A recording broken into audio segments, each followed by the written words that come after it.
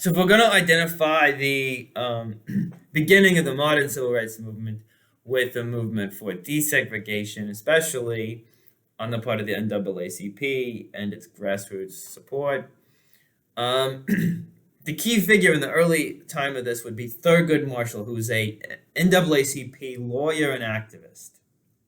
And of course, his whole goal is to get the Supreme Court to overturn Plessy versus Ferguson, which had said that segregation was legal under the 14th Amendment so long as facilities were separate but equal. Okay, and of course, they never were equal, right? They just weren't.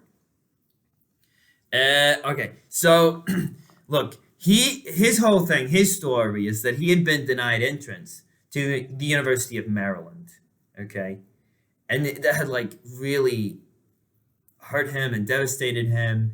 And so that's kind of why he's so focused on overturning the segregation laws with regard to schools, okay? And the first place that they're targeting, the first types of schools they're targeting are graduate schools. And this really was holding black people back because it was very hard for black people to find dentistry schools or law schools or pharmacy schools that they could go to, especially in the South. There were like only two in the South, okay? There were no places in the South where a black person can get a higher degree in engineering, for instance. So this was keeping them out of certain professions because there wasn't accessibility. Of course, there were lots of black colleges and universities, okay? But a lot of them didn't have these, these programs. And they didn't have, they didn't have, of course, the same levels of funding as the bigger, and the state schools had, right? So he's focused first on graduate education. And in 1950, the Supreme Court responds favorably by ruling that the University of Texas, it has to admit a black man into the law school. Now, Texas had a white law school and a black law school, okay? But like the black law school was like obviously inferior in terms of how it was funded. It had like 3 rooms and 3 professors or something, versus the white law school. Okay, so like, okay, this is clearly separate and it's clearly not equal, so we're overruling it, right? So he got this guy, and he's got this guy into the University of Texas Law School, okay? And then they get another favorable ruling in Oklahoma, or for Oklahoma, which for Oklahoma, with graduate school there, okay? And it's then that they turn after these 2 victories. The NAACP and Thurgood Marshall then turned their attention against the public schools, okay? And almost half of the American children in 1950s, about 40% of American children go to actually segregated schools, right, where other races are not allowed, okay? And that's 21 states total, including 10 outside of the Confederacy. So that's pretty sizable, right?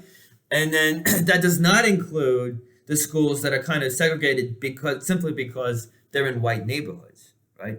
Or in black neighborhoods. So it's not including ones that are unofficially segregated, they're also pretty segregated, right? But these are legally segregated schools, okay? And so, and the discrepancies would be obvious if you looked at, say, budgeting within different states. Like in South Carolina, in 1945, the state spent 3 times as much money on the white schools as it did on the black schools. Okay, so clearly, again, separate but not equal in terms of, what's being offered there. Okay, look. But honestly, I don't know a lot about how they measured this. But look, separate but unequal. That's what's going on. Okay, well, look, here, Thurgood Marshall's going to rely primarily on support from the grassroots, from individuals, from little clubs and organizations, from church groups. Okay, now, and so it's ordinary people funding these big lawsuits. Okay, that are going to challenge Plessy versus Ferguson. Now, ironically, segregation had actually reinforced some of these local communities within churches and neighborhoods and some of these clubs. And it also kind of energized the black community to work together and to work together in such ways to fight for their rights, okay? So the energy was there for him to speak to and to work with, right? So what he does is he gets these parents to be the plaintiffs in cases, suing local school boards because their children can't go to the white school that's closer to their house or that's better funded or that has more books or whatever it is, right? But these parents have to, of course, agree to be the plaintiffs named in the case. And this is dangerous for them, okay?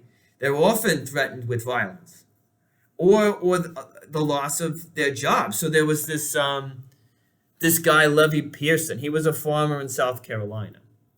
And farmers always need a lot of advance cash, advance credit. They need a lot of credit in order to plant and borrow, purchase machinery and do whatever they need to do to get the field ready for the next year before the harvest, and they pay it off. And then they borrow more for the next year. But his credit, this farmer, is cut off from the banks, the local banks, because he's a plaintiff in this case against the local school board. And these white people who've been letting him borrow a harvesting machine don't let him borrow it anymore, so his crops rot in the field.